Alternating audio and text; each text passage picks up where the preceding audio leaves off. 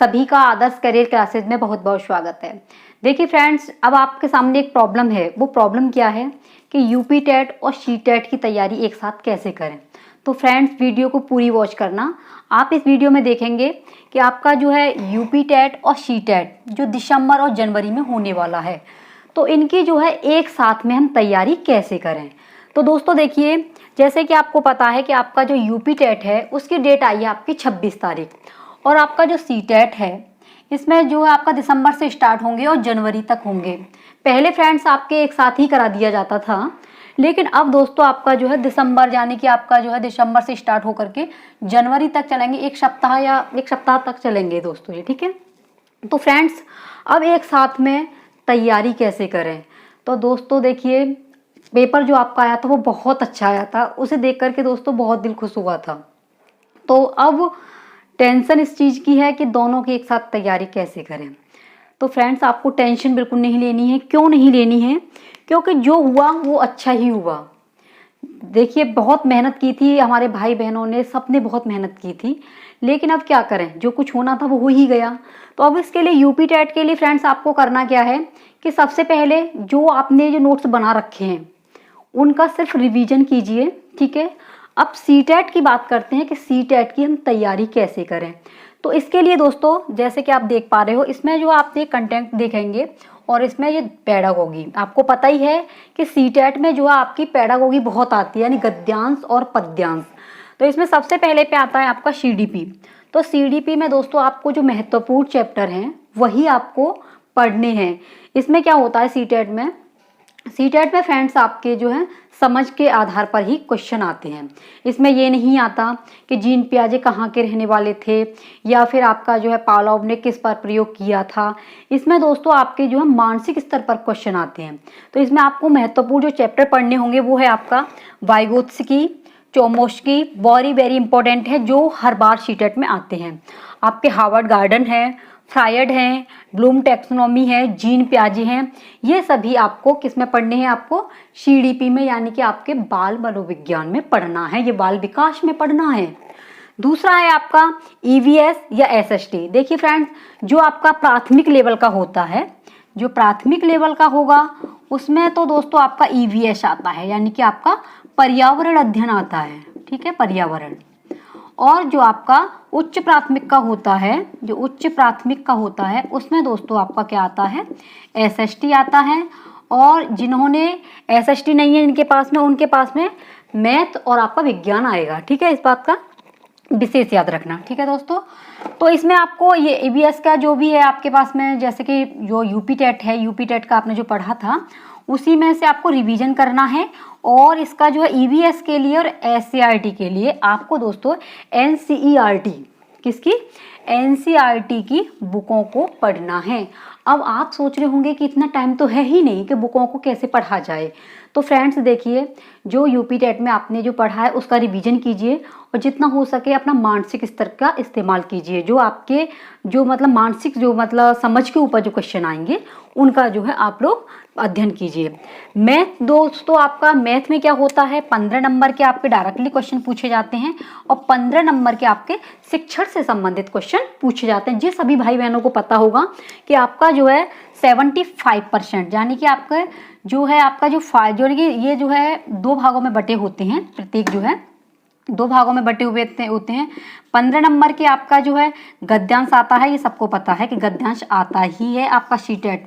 और फ्रेंड्स मैं ये बोल रही हूँ कि सी टेट पास करना कोई ये नहीं है कि ज़्यादा बड़ा वो हो। यूपी टेट में तब भी आपको सारे कॉन्सेप्ट क्लियर करने पड़ते हैं, लेकिन फ्रेंड्स आपका सी टेट जो होता है, सी टेट में आपको जितना है समझ के ऊपर क्वेश्चन आते हैं, ठीक है। ये भी मैं आपको बताऊंगी कि आपको कैसे है अपना जो है मतलब समझ को आगे बढ़ाना, किस तरीके से क्वेश्चनों को आपको हल करना है। तो ये आपको देख लिया। अब देखो दोस्तों, बात करते हैं हम आपकी भाषा यानी कि लैंग्वेज की। तो लैंग्वेज फ्रेंड्स इसमें आपकी फर्स्ट और सेकंड दोनों आती हैं।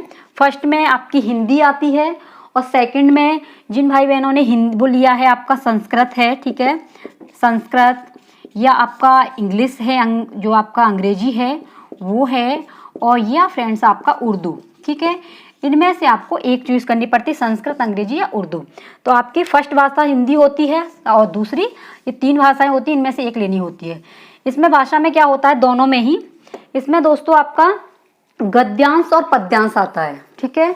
तो गद्यांश के लिए फ्रेंड्स क्या करना होता है कि जो आपका पैराग्राफ दिया होता है ना, जो पैराग्राफ दिया होता है उसी के अंदर से हमको क्वेश्चन को के आंसर देखने होते हैं।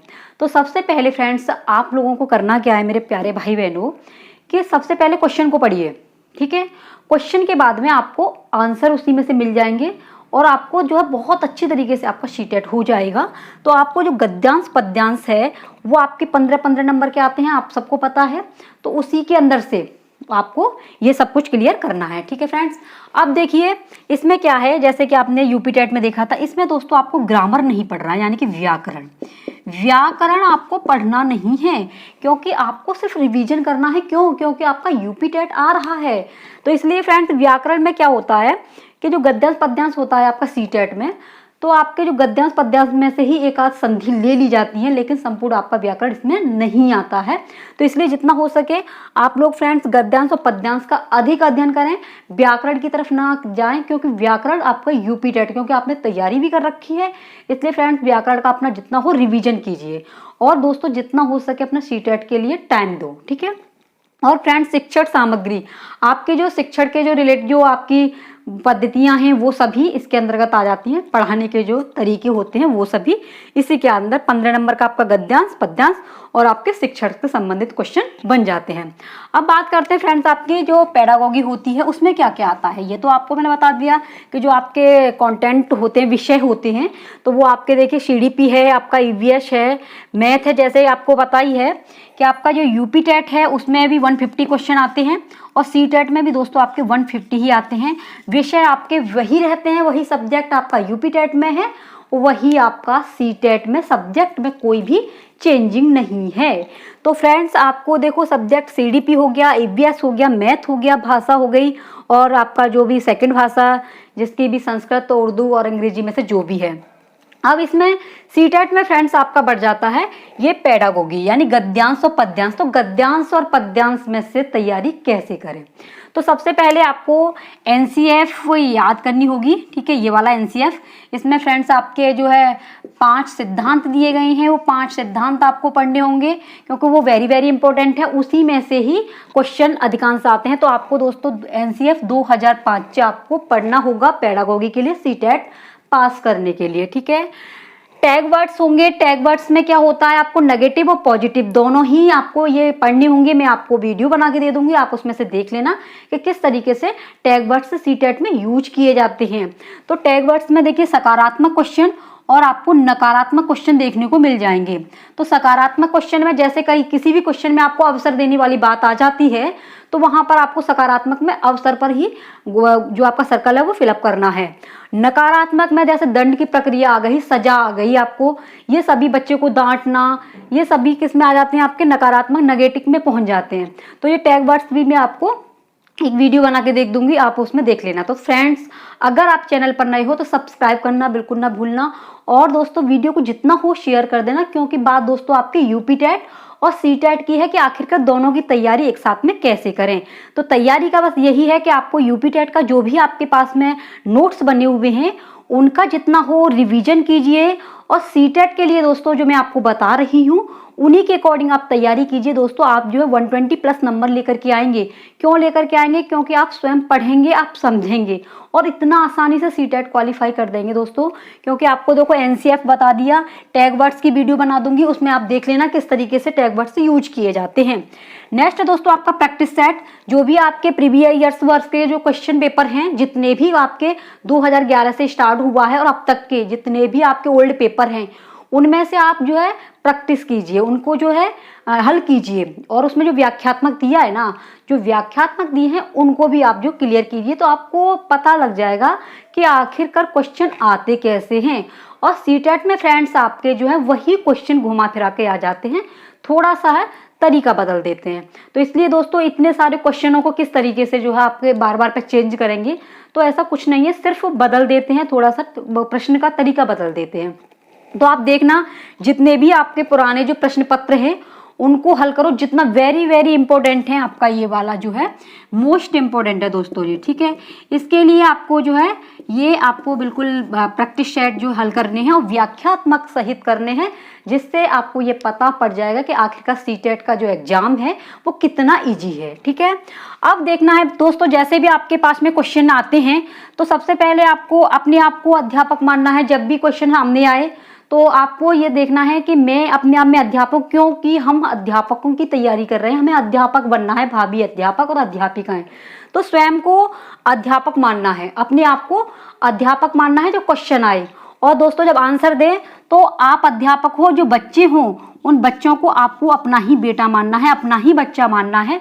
अगर आप, मैंने कई बार ये भी यूपी टेट में भी बताया है और अब सीटेट के लिए भी स्पेशल बता रही हूँ दोस्तों को, जब भी ऐसे टीचर लाइन के जो क्वेश्चन आते हैं शिक्षण सामग्री से रिलेटिव, तो फ्रेंड्स आपको अपना अध्यापक मानना है कि हम अध्यापक है। क्यों अध्यापक? क्योंकि हम अध्यापक की तैयारी कर रहे हैं और जो बच्चे हैं वो हम हमारे खुद के बच्चे हैं। जैसे कि कोई बच्चा स्कूल में पढ़ रहा है तो वो बच्चे की गलती नहीं है, हमें सीधा टीचर की ही गलती बतानी है। तो इस तरीके का कुछ अपने बच्चा को मान के करोगे कि हम अपने बच्चे के साथ में क्या क्या चीजें फॉलो कर सकते हैं।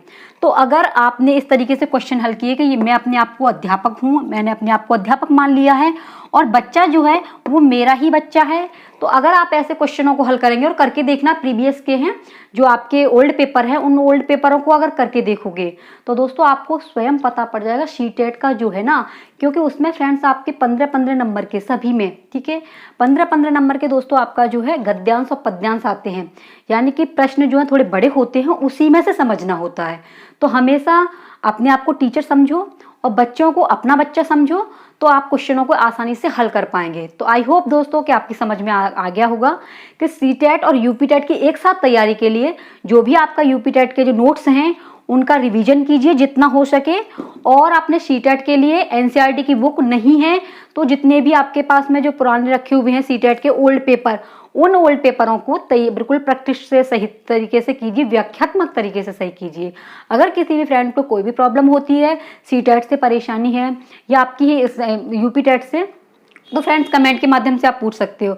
और दोस्तों संस्कृत की संपूर्ण तैयारी मैंने आपको कराई है और सीटेट की तैयारी आपको कंटिन्यू मिलेगी। तो इसलिए फ्रेंड्स चैनल पर नए हो तो सब्सक्राइब करना बिल्कुल मत भूलना, जितना हो सके दोस्तों वीडियो को शेयर कर देना, क्योंकि बात आपकी किसकी है, यूपी टेट और सीटेट की।